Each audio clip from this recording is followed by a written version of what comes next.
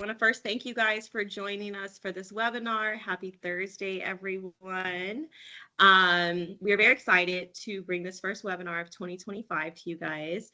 And we have some wonderful panelists to discuss how to build strong relationships with grant funders. I know many of us have been on the nonprofit and the fundraising side, and we're always wondering, like, all right, what do we do to really build relationships and make connections with our program officers or with the organizations that we're looking to form partnerships with, get funding from, and who have similar interests as far as impact goes in the areas that we're looking to make impact. So I'm Angelique Keys. I'm a senior consultant here at Soukup Strategic Solutions. I've been with the company for a little over 2 years now.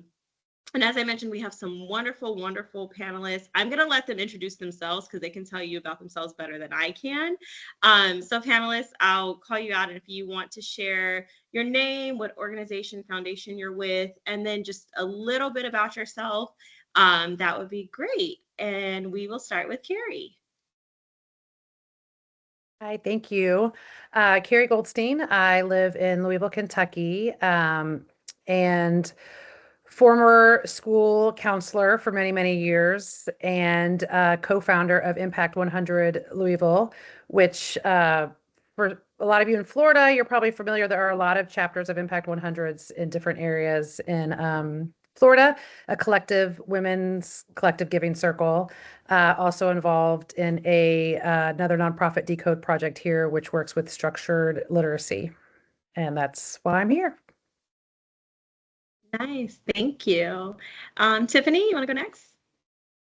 Yeah, hi, I'm Tiffani Mensch. I'm the president and CEO of the United Way of Collier and the Keys in Naples, Florida. I've been in this role for about a year and a half. Came from the United Way of Greater Knoxville in Tennessee, where I lived for 12 years, and have been working in the nonprofit sector for just about 20 years now, mostly as a fundraiser, and for 8 years at a nonprofit capacity building organization, doing training and consulting and having lots of conversations like these. So I've been on the funder side and the funded side. So hopefully there are some of my experiences that can help y'all today. Thank you. And I might say y'all because I'm from Tennessee. We welcome that. And then Sarah, would you like to go? Hi all, I'm Sarah Gualco. I'm the Director of Programs and Planning at the Area Agency on Aging for Southwest Florida. I've been with this agency for 4 years and in this role for 2. And under Programs and Planning, I review applications once we release a notice of funding, and then ensure the contract compliance with our subcontractors, in addition to overseeing some of our direct service programs that we offer from our office. And I'm happy to be here. Thank you. We really appreciate you guys for joining us today as panelists. And for our guests, we are very excited. Each of our panelists brings a unique perspective as employees at nonprofits, as former fundraisers, as now organizations, some of them being on the other side who are actually the ones giving out funding. So we hope that there's a little bit of something here for everyone. Our main focus today is going to talk about current funding trends, things that we see that are on the horizon and are evolving in the philanthropic community. We are going to talk about proposal best practices, what makes some proposals stand out, and how to create compelling applications that resonate with funders. And then we're going to talk about relationship building strategies, like those steps around pre-funding, once you have funding, and when you're trying to stay in their good graces, and also trying to build long-term relationships, and what you can do as a nonprofit to really stream that along in today's fundraising landscape. If you have questions, if you just joined us, feel free to drop where you're from in the Q&A. And if you have different questions that arise throughout, we'll have a Q&A time at the end. But if you post your question, we have someone who will filter them out if we've already answered it. But there will be time for the panelists to respond to specific questions from attendees. So we will get started with the first question, and then we'll provide each of our panelists the opportunity to answer. To make it easier, I'll kind of call on people. So here we go. our first question is, what is a current trend in philanthropy and grant making that nonprofit leaders should be paying attention to in 2025? And this could be related to relationship building or just funding in general. Sarah, would you like to kick us off? Sure. My bend will be more toward the aging services. And so we're definitely staying in tune to what's being released funding wise for aging service providers. The funding that we release is the long-standing funds from our state general revenue funds and older American federal funds. But some of the newer programs that I see being funded are those that are supporting caregivers and those that are increasing technology literacy for the aging population. So we saw, at conferences last year, and then of course with our own Department of Elder Affairs here in Florida, there was they were really encouraging service providers to pay attention to how they can increase supports for caregivers, increase their use of technology and everyday services to older adults. And so I'm still seeing those, opportunities being released now. And I think that that's not going anywhere as we realize how much we are nationally relying on unpaid caregivers and needing to find ways to support them. I think that more and more we'll see real importance laid on, caregiver programs and services. Thank you, Sarah. Tiffani? I couldn't think of just one. I thought of like 5. So I'll try to keep them brief. I think one is definitely collaborative efforts, collaborative proposals. I've seen RFPs where you have to have 2 or 3 or more organizations collaborating on the proposal to be considered. And I guess along with that, more of a focus on projects, programs that are really focused on root causes of issues rather than things that are just kind of putting a Band-Aid on, the various needs in our communities. I think too, sort of topic wise, I've seen a big shift in focus on climate change and climate resiliency efforts, mental health, crisis, disaster response, things like that. And then lastly, shockingly, I guess for someone who's been in the nonprofit sector for so long, but more of a focus on unrestricted funding. I think funders are becoming a little bit more savvy about that area and the need for unrestricted funding in a nonprofit and administrative costs being covered by grants, because as we all know here, we can't do the work that we do without staffing and buildings and things like that. So those are some of the sort of bigger themes that I've seen recently. Thank you. And then Carey? Yeah, thank you. And I need to just kind of clarify, we are a collective women's giving circle. There are other chapters in Florida, but each chapter is a little bit different. So I'm afraid if I say something that we do as a grantor, you might go to the chapter in Florida and they may do it ever so slightly differently. So we ask women to donate $1,000 to create $100,000 grants. And this is our 6th year that we're starting now. And one of the trends that I kind of read about and looked into when we were agreeing to start this is that collective giving is one of the fastest growing types of philanthropy. People pooling together funds so they feel like they actually made a bigger impact. Our donor base, we're very democratic. Everybody gets 1 vote for your $1,000 donation. There is a board, but I don't get, just as a co-founder, I still only get 1 vote, and I don't get any more or less say over who receives the grant at the end of the cycle. I will say that I feel like our trend as far as where our members tend to give their money or what they vote for has been very fluid. I think it reflects what's going on in our city at the time. One of our first couple of years was the year that things were going off Breonna Taylor, and we were having a lot of protests in our town. And so you saw a lot of the grants that year go towards nonprofits that were more in that the urban league, things like that, where people felt connected and that our city needed that. So I can't say that I've noticed one particular area, because each year it seems to ebb a different way, and almost specifically to Louisville.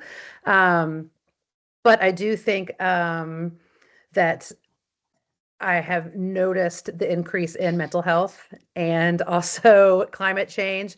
And I would say the unhomed population.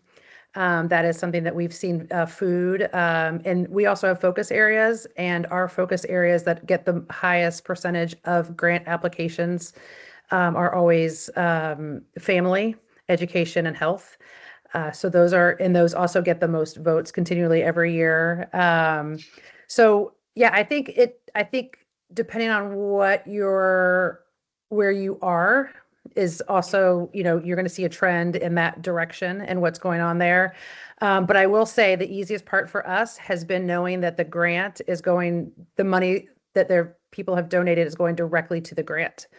We have grown to 550 people in 5 years because women love the concept of, I don't want a calendar. I don't want a gala. I don't want, we do social events that are pay as you go, but people really want to know my donation is going directly to the larger grant. And I do think that is a trend. And then trust-based, which Tiffani mentioned a little bit of that, paying for overhead. People are starting to understand that concept a little bit better, which I think is amazing. Sorry, that was long-winded. There's lots of trends. No, you're good. And that was a perfect segue into our next question, because you guys raised some really good points, especially as it relates to trends. And we all know that we're living in a world that just evolves and does its own thing, and things going around us constantly. So what may be a priority in January, anything could happen and the priority completely shift in June. So as we go into this next question of, are there any priority shifts that you guys are seeing, or that you guys are kind of anticipating on the horizon?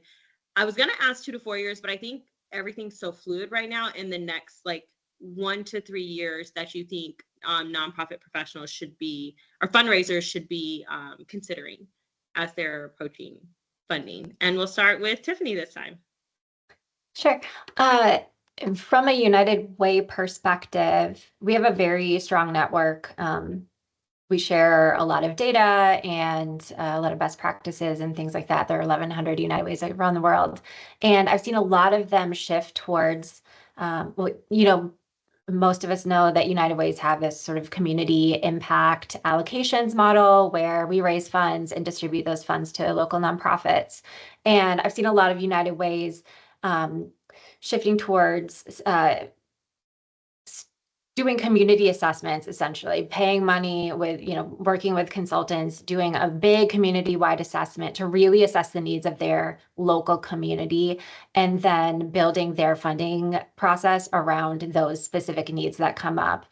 So I guess that to say, I think really, I think foundations, grantors are really sort of customizing where their funding is going based on their local community needs. And I think a more direct approach than I've seen in the past.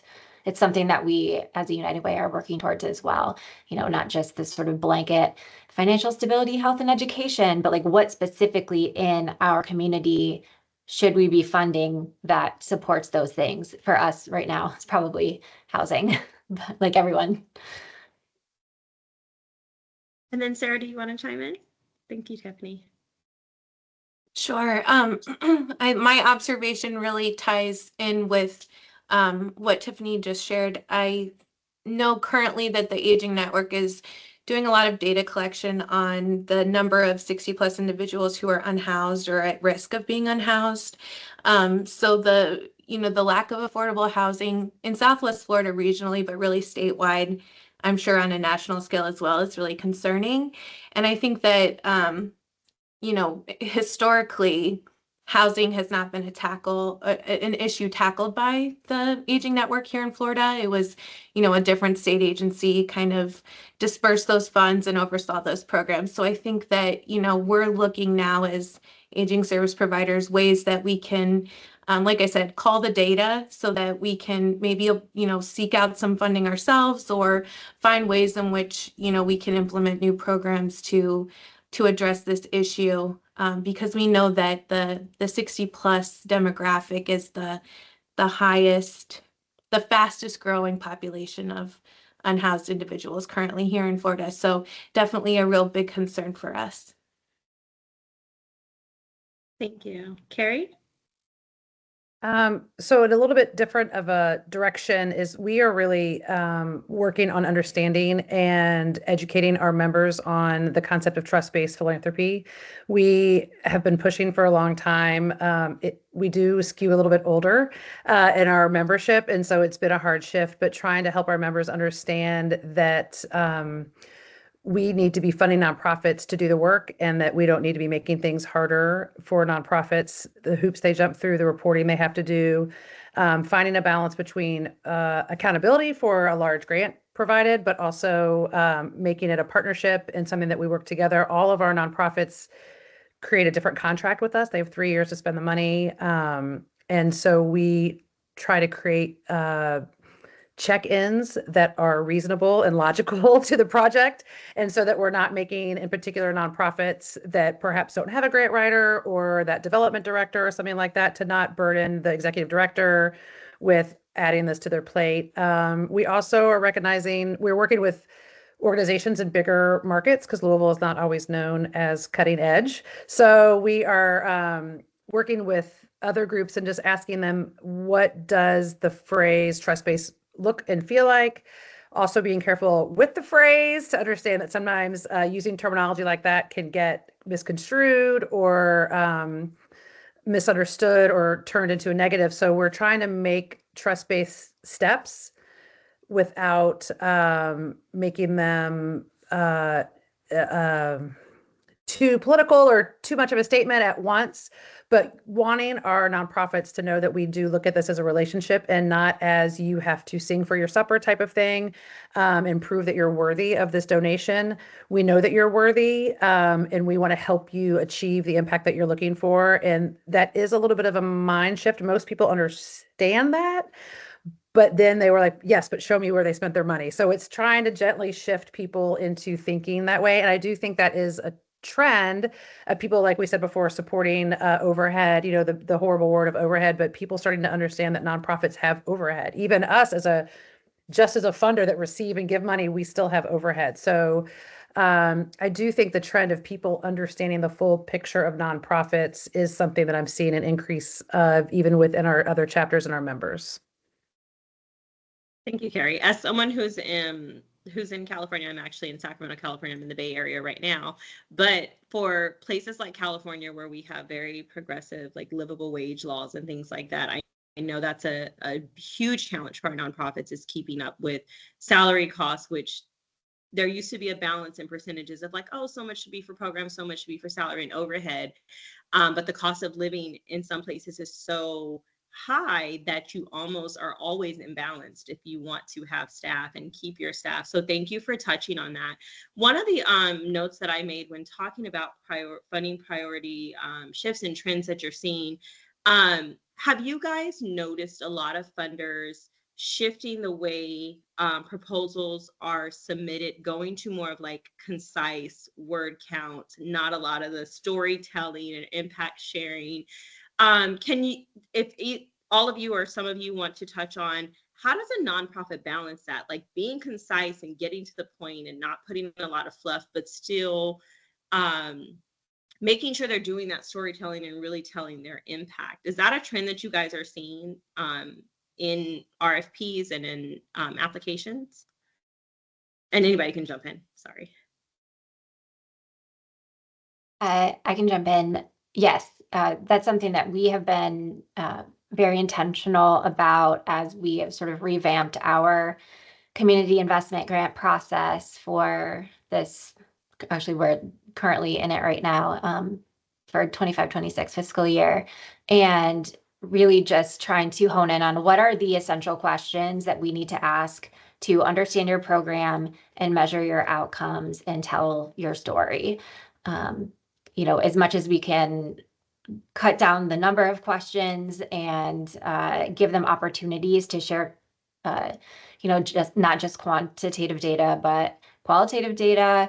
I think that gives us a better picture of the work. And also, coming from the perspective of someone who used to write grants, I know that nobody has time to do this, right? Like, we're all doing this for the most part, unless you're a grant writer or consultant solely. We're all doing this outside of our regular work responsibilities. So I'm very sensitive to that for our own process. And two, something that is a ways away, I think, for our community, but something that I'm really passionate about is figuring out how to streamline the application process within sort of the larger group of funders in our town, because basically all of our, hundreds of nonprofits in our county ask for money from the same funders.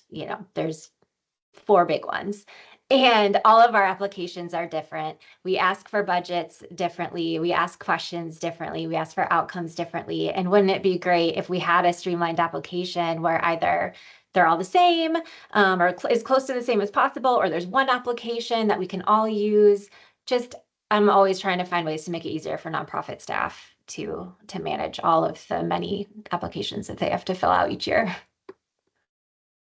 On behalf of our attendees, we thank you. Don't thank me yet. I'm working on it. Well, we thank you for even recognizing that. Carey, Sarah, did you guys have anything you wanted to add to that?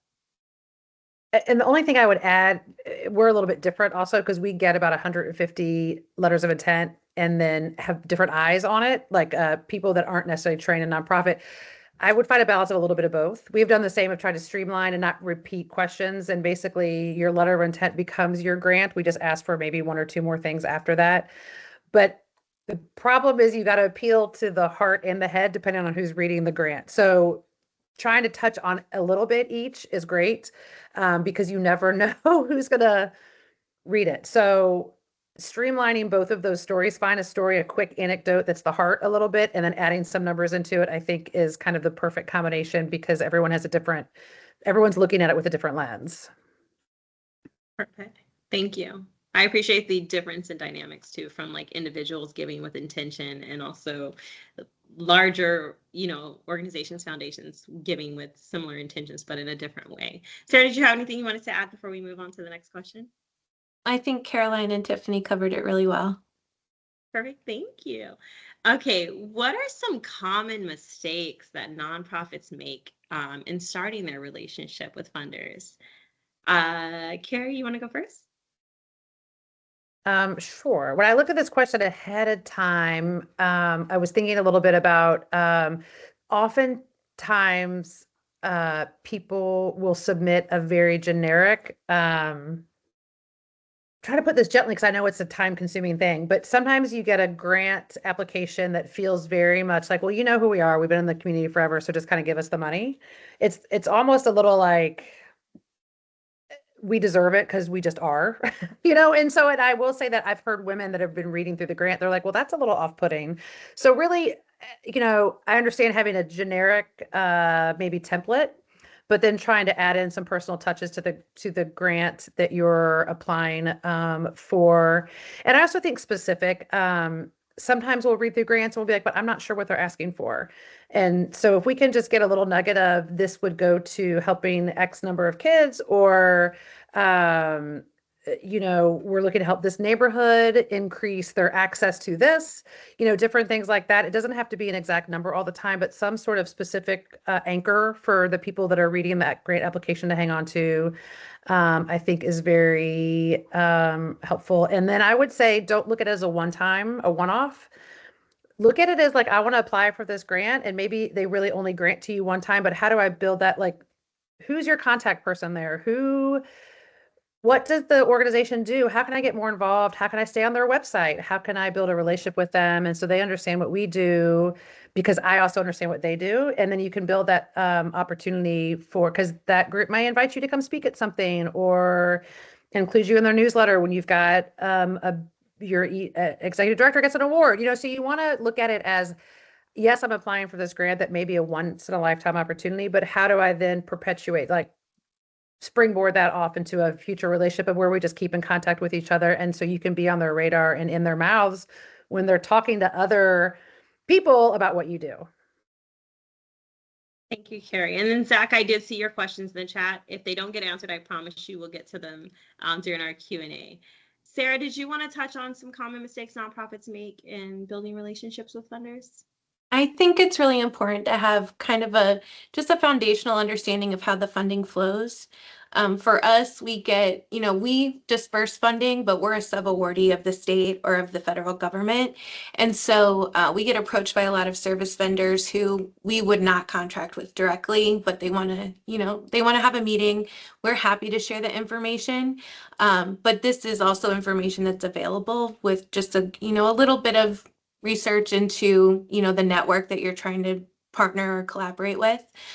So I think that would go a really long way to have, it's some kind of foundational understanding of how the funding is flowing and, if it's available, what some of the funding requirements would be, like whether, especially if you're talking about funds that are coming from a state or federal government, there are typically a lot of restrictions and things that you can and cannot do with the money. So it's good to kind of have that already in your tool belt, maybe when you approach a partnership with a funder. Yes, I've heard that before. And I know that when it comes to funders, a lot of funders know other funders. So if you're out here just sending out your application and you don't even fit the bill, you got to make sure that you're respecting their time. You don't want that reputation. Tiffani, did you want to chime in on some common mistakes? Yeah, I think most of it has been said well. I think just reiterating that, I don't want people that are applying for our funding to think of this as a transactional relationship. The nonprofits that we fund are core to our mission, and this is a collaborative effort for all of us to address the needs of our county. And so, I'd hate for the only time that I have or that we, as an organization have touch points with these folks is during, their application process. Because, while we don't make the funding decisions, that is a volunteer-led process for the United Way, we do get other pots of money that just show up when there's a hurricane or there's a, special need or initiative. And sometimes we don't go through our usual volunteer-led process and we just can make grant decisions internally. And if I have a relationship with you and you've proven, through data and storytelling that you're doing great work in the community and you've been, communicative and all of those types of things and have kept in touch, you're the ones that I'll think of first when I have to get rid of some of the money that's, sitting in our account. So I think relationships, like anything, is key. Thank you. And I'm going to reverse the order just a little bit because Tiffani, you gave us the perfect segue. So how can nonprofits that are cultivating relationships and stewarding these relationships, how do you balance that building a relationship but also respecting the funder's time at the same, in the same relationship, I guess I would say? Yeah. Well, I think read the applications, read, the website, wherever the information is on how funders like to be contacted. Is it a phone call? Is it definitely not a phone call? Is it an email? Is it, whatever it is. So I think respecting communication preferences. I think just asking, can we add you to our newsletter? Can we invite you on a tour? Can we come to your office and share about our work? I think, again, it comes back to that communication of just asking the funder, how would you like to be communicated with? And there are probably a lot of funders out there, especially big national ones that are like, never contact us. We want your RFP and then, leave us alone. But I would guess that most, especially local funders, we are local, we're in your community too. Like, we want to have a relationship with you and know the work that you're doing. Yeah, Carey, do you want to chime in on that? I wrote down, 'cause again, taking some notes when I was thinking about these questions, is just be direct. I mean, I think asking people and saying, we're looking to build relationships in our community. I just think it's so important. And I'm going to go backwards just for a second, because something that Tiffani said about keeping that relationship going. We have had people that work for family foundations go on our website and look at who we've granted money to in the past. And since they know they've gone through kind of a process and, their financials have been checked out, have just we've had one foundation give an $83,000 donation to one organization that we funded, and another one 80, simply because they know they've gone through the process. So you've got the name like, United Way or all these different things. People are going to be looking at those websites to say, oh, well, this group has been vetted.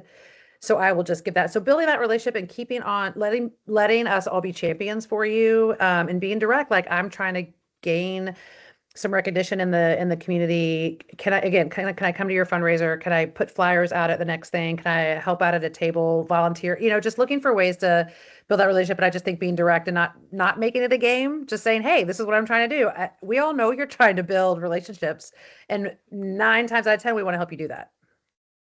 Thank you. And that's one thing that I don't think a lot of nonprofits take advantage of. That's one thing at Soukup that we talk about a lot with our nonprofits we work with, is using not only just your board, but also your funders and those who have invested in you as connectors to say, like, who am I not talking to that I should be talking to? Who else should I be soliciting funding? Like, where should I be positioning myself as a nonprofit leader, as a nonprofit fundraiser? So it's wonderful to hear that you guys are also working with each other, but looking to serve as connectors to help the nonprofits you invest in continue to grow and bring others who want to have impact in the same realm.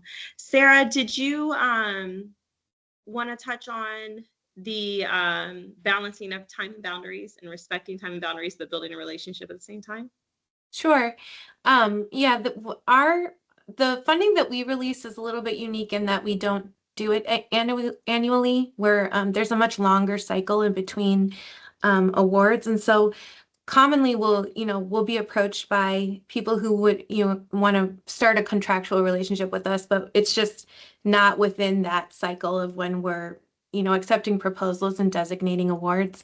And so some creative ways that I've seen, service providers kind of maintain that relationship, still respectful of time and boundaries, is to find ways that they could provide some benefit to like us. Like, we've had people provide like an in-service training to staff members or like to case management staff. And that I thought those are the people that really stick out in my mind, right? And so then, our funding cycles, they cycle through every 6 years. So there is a really wide gap between.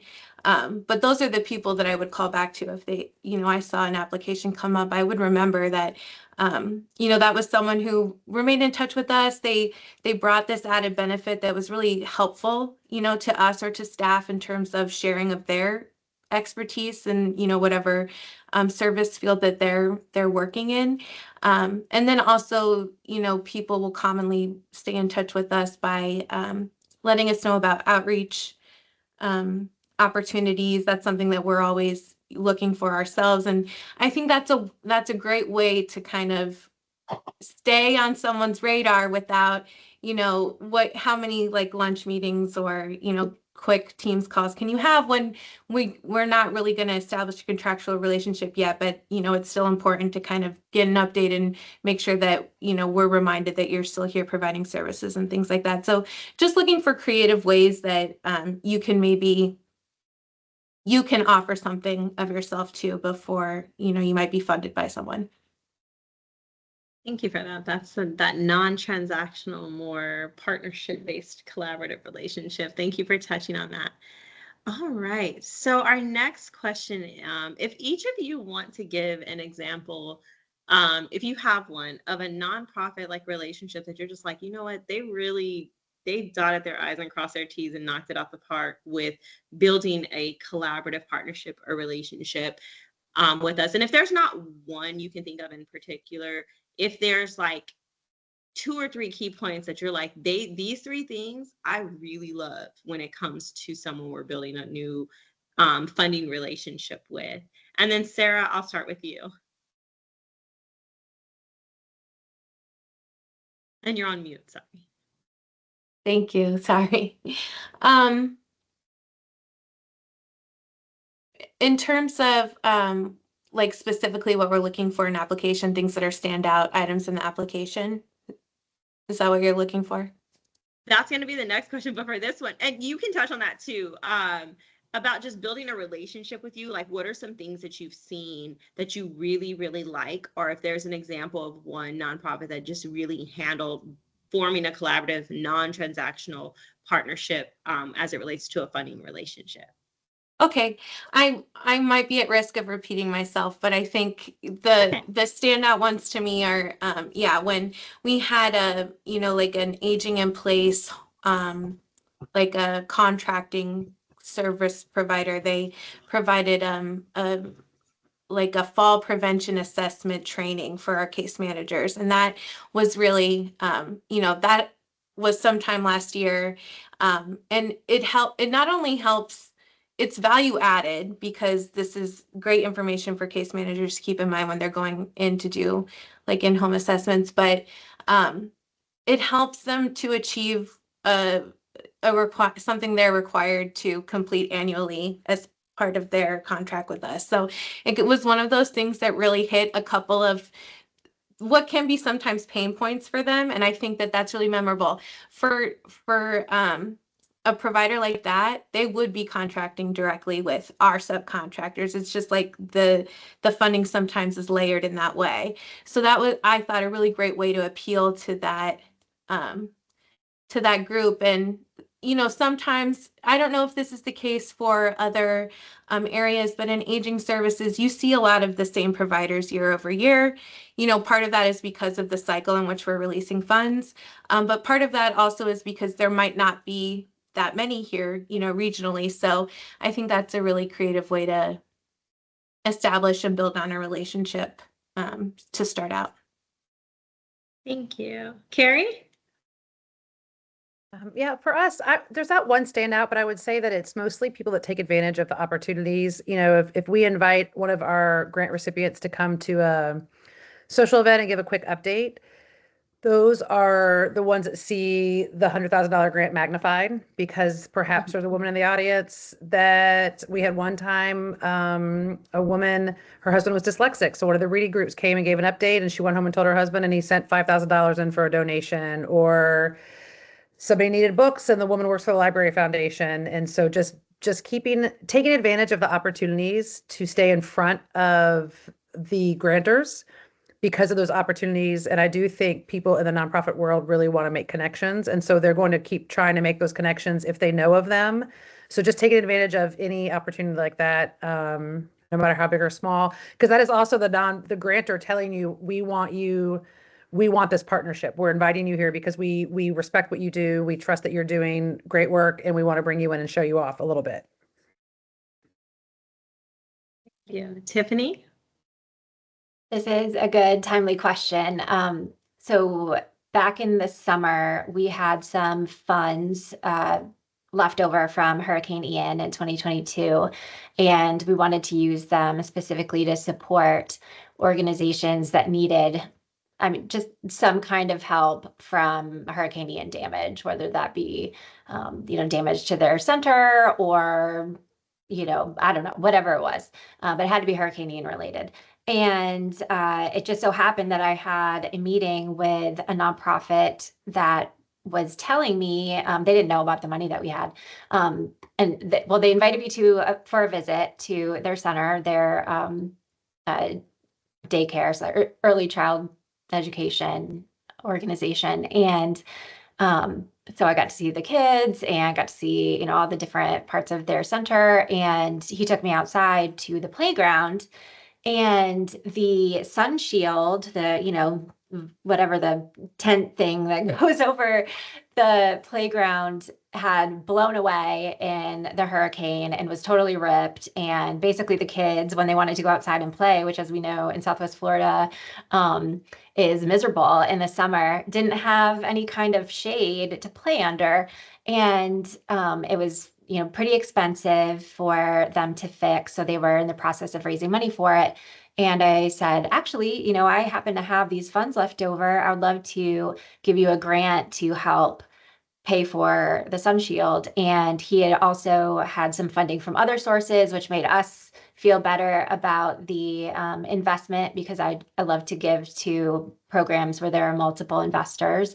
And so anyway, we gave them the funds, and he has been so great. I mean, his whole team has been great about giving us updates along the way, photos. And so I just got an email right before this meeting, or this workshop, of some kids outside under the sun shield, you know, playing and not scorching themselves, although it's kind of cold here today. But getting to, you know, obviously he's tugging at my heartstrings, right? Nonprofits with kids and puppies are always the lucky ones. But you know, just the fact that he has been consistent about communicating, you know, they didn't use the funds right away. They had to raise a little bit more money for it.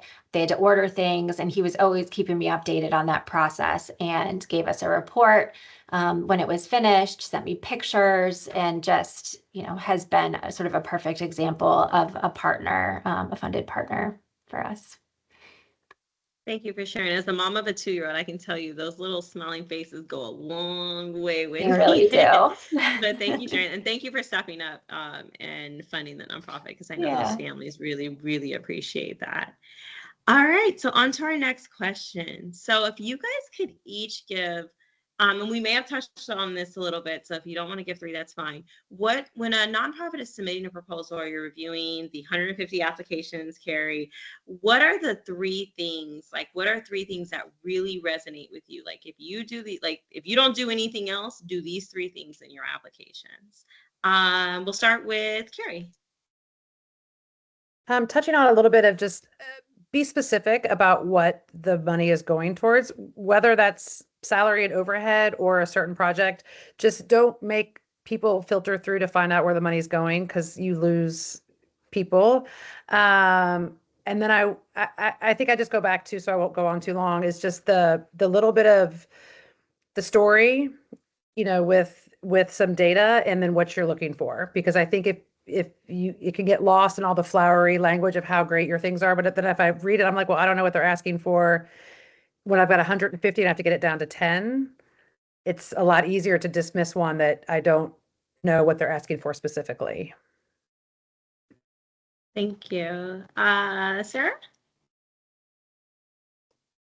For us, because, you know, we're in like the human services field, it would be a demonstrated understanding of the service population and the demographics in the area, which would tie into you know, your strategies for supporting. Like the funds are never going to go as far as you need them to go to help everyone that needs help. So ways in which, you know, strategies that you can implement to maybe stretch it a little bit, or the you know, human capital, or the way that you're engaging volunteers to you know, to spread that impact. And then a really solid and justifiable budget proposal is always necessary. If the budget gets as specific as proposed rates, then the rates have to be justifiable in terms of, you know, how, because for us, we allow that overhead and that administrative cost to be worked into a service rate. So there's no admin funding reserved, but you know, we're paying a little bit more per service, acknowledging that, you know, you have your administrative fees. So it has to be clear how you've come to that, you know, funding formula.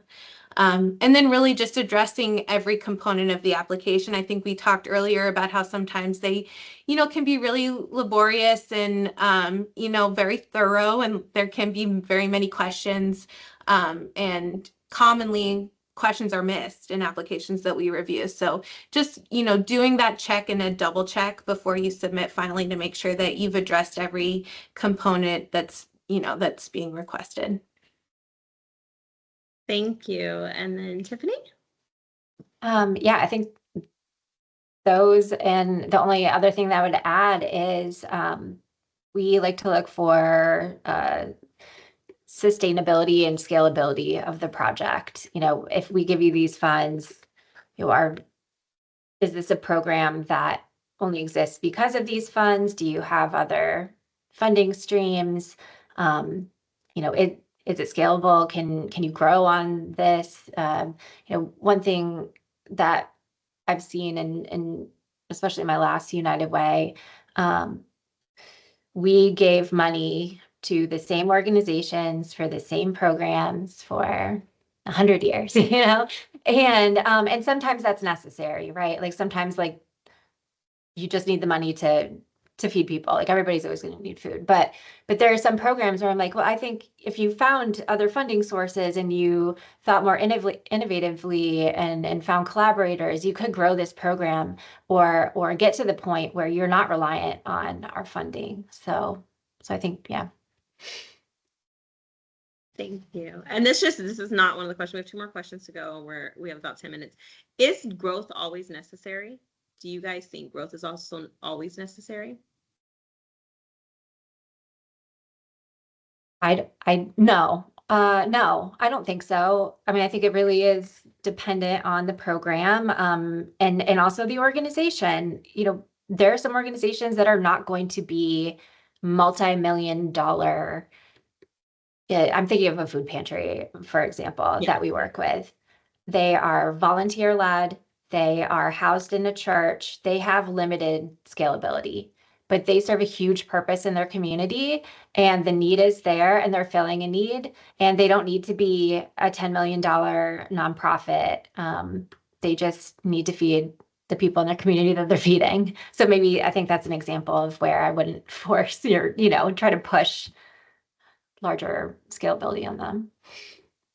Thank you. We work with we see a lot of small and emerging nonprofits that are always trying to figure out how much do we grow, how fast do we grow, how do we make sure that we're right sizing. So thank you for that. That just came to my mind when you said that. Okay, so one of our next questions, one of our final questions is, when a nonprofit does not receive funding, how do you recommend that they get feedback? Or when you have 150 applications and you can only fund 20 to 30, what do you recommend for nonprofits post denial or a not right now? That's what we'll call it, a not right now. Tiffani, you want to go first? Yeah. Well, I'll put on my hat as a grant writer.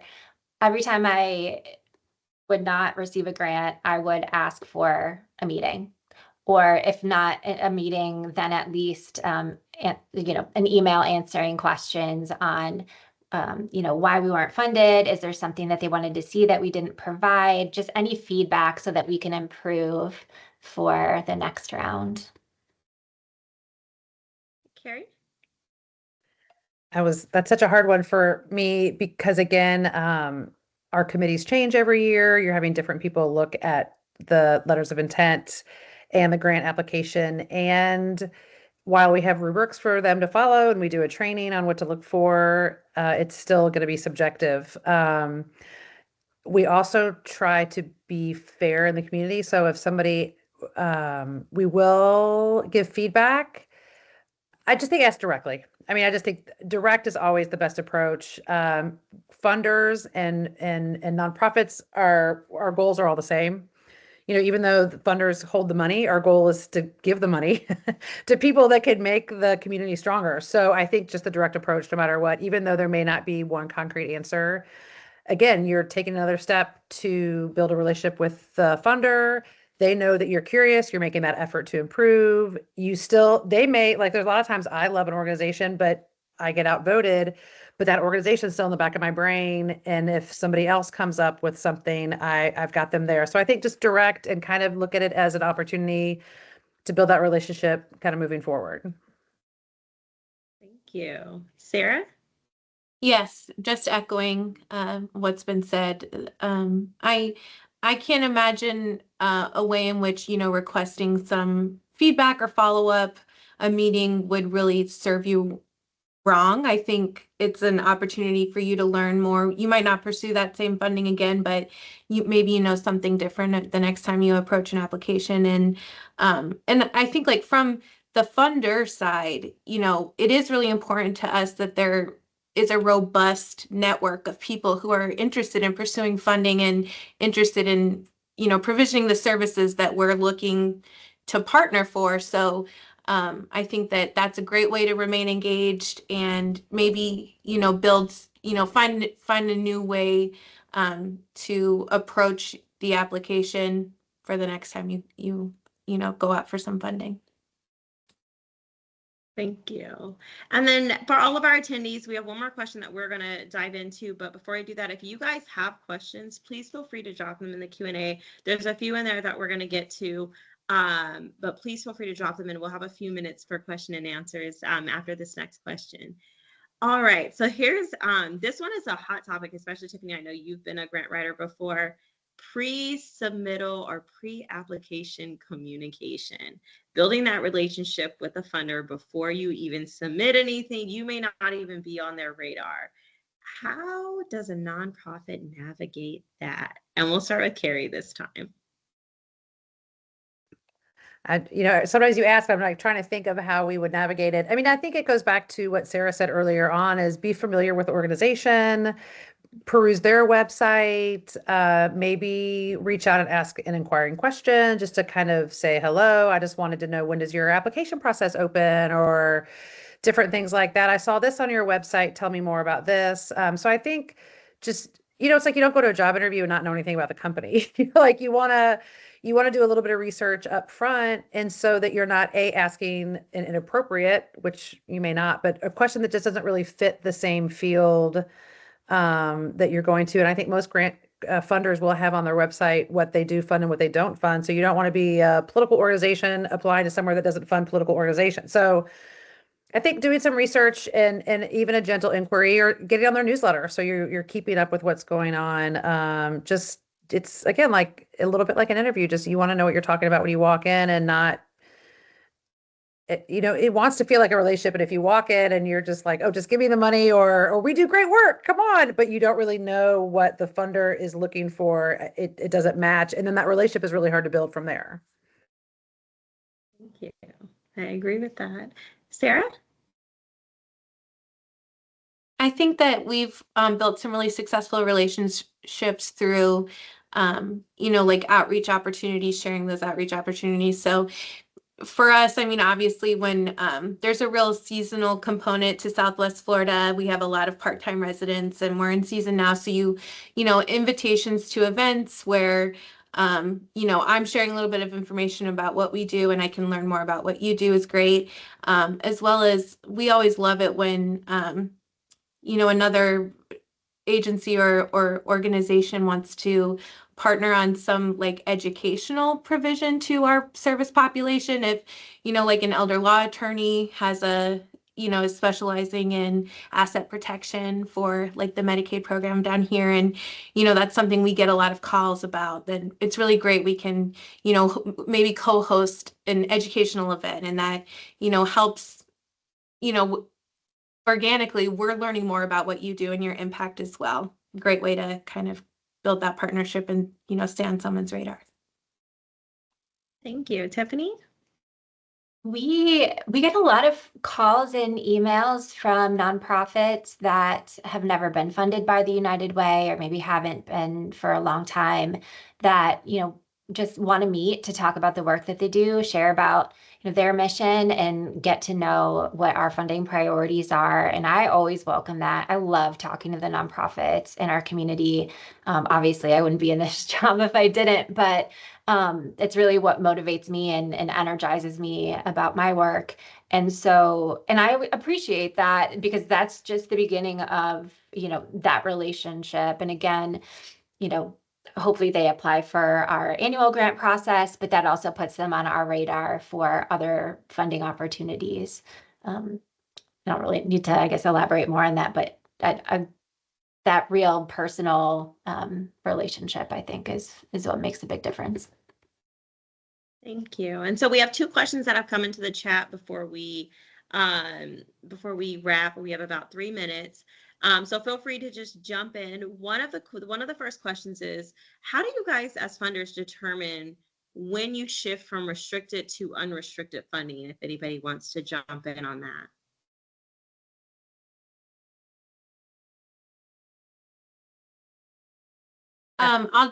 I'll just say, yeah, I don't have a helpful response, but that for the funds that we award, it's not really decided by us. So because we contract with government agencies, it's coming restricted, and we have little opportunities. We have been fortunate to be an awardee of unrestricted funds, and then we do some private fundraising so that we can maintain some unrestricted funds. I think just to help with some of those unmet needs that, pop up, service gaps and things. So I think that if ever we were able to, create grant opportunities out of that, it would be once we had reached a certain threshold of fundraising. I don't know what that would be. I would have to talk to our fiscal people, but a lot of the funds that we receive, it's really already determined. We don't have an option of whether the funds are restricted or not. Thank you. Carey, you were going to chime in? Yeah, I was just going to chime in because we're in a tricky place. Our $100,000 grants are typically restricted to the project, but there's some wiggle room within there. And then what we call merit grants, anything over the 100,000, we give to grant finalists that don't receive the full grant, and those are unrestricted. And we get such positive feedback, even though it's a little bit of a letdown to get $12,000 instead of $100,000. We get such positive feedback about it being unrestricted. I would like all of us to start telling the story about how helpful it is for nonprofits to not have to turn in a receipt for a packet of pencils at Target or whatever it is. And so I do think that comes with building the relationship. And I know many of you have probably seen the Dan Pilata movie that I'm, of course, drawing a blank on. I know he does a TED Talk, but just talking about teaching people the difference that overhead still exists. You really tie the hands of a nonprofit to do the best work they can if you are always restricting what they can spend their money on. That is coming from someone who feels like we're restricting nonprofits, but we're working on it. We're trying to move our membership towards a less restrictive. But I do think telling the story and saying if I could use it for this, it frees up trying to put it numbers wise. Like if I can spend more money on marketing, I can bring in 10 times more funds from people donating. But because I'm restricted that I can't spend on marketing because we don't think nonprofits should market, you're tying my hands of how to reach out to people.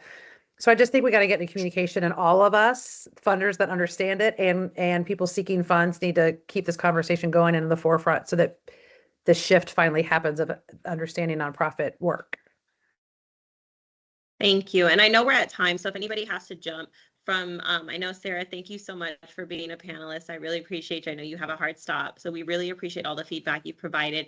And if any of our attendees have to jump, we're going to answer one more question, and then we will be sending this out. We will also be sending out a survey. There's a QR code if you have any feedback, and you can always message Soukup if you have additional questions. And we have so many partners that are willing to answer any questions that you may have. So last one before we all get on to the rest of our Thursdays is, do you find that there are less grants being made available with the current economy? Or there's less money available for nonprofits that you guys are experiencing or seeing? I don't see less, and I'm thinking more broadly, not our organization in particular. I just see more targeted opportunities. And like I said before, like climate change and mental health, and like there's some very specific topics that I feel like a lot of funding is being funneled towards. And but I don't know that I'd say that there's less funding available. I don't Yeah, know. Carolyn, Carey, what do you think? see? Yeah, I don't see less. Well, it's just, again, because we're a little bit of a different model of, we've had tremendous growth in 5 years. We've gone from 205, 6 people the first year to 550 in our 5th year. I think Louisville is very behind in the percentage of people that give. And so what I'm seeing a huge increase in individuals that want to give. As far as larger funding from organizations, I'm not 100% sure. I'm not necessarily well versed in that world. But I will tell you, I think there are a lot more individuals that are trying to find ways for what they think is a meager donation. Like for us, $1,000, we consider it, we always joke it's a stop and think gift. But in the grand scheme of giving, it's not a lot, but combining it. And so there, I do think that's why collective giving is becoming such a trend. Yeah, I think individuals are realizing that times are tough and want to give if they have it, but it's hard to help them steer them in the right direction of where to give it, I think is what I'm trying to say. But I've seen a lot of growth in individuals. I don't know about the bigger ones. I don't think I said that Thank very well. you. Sorry.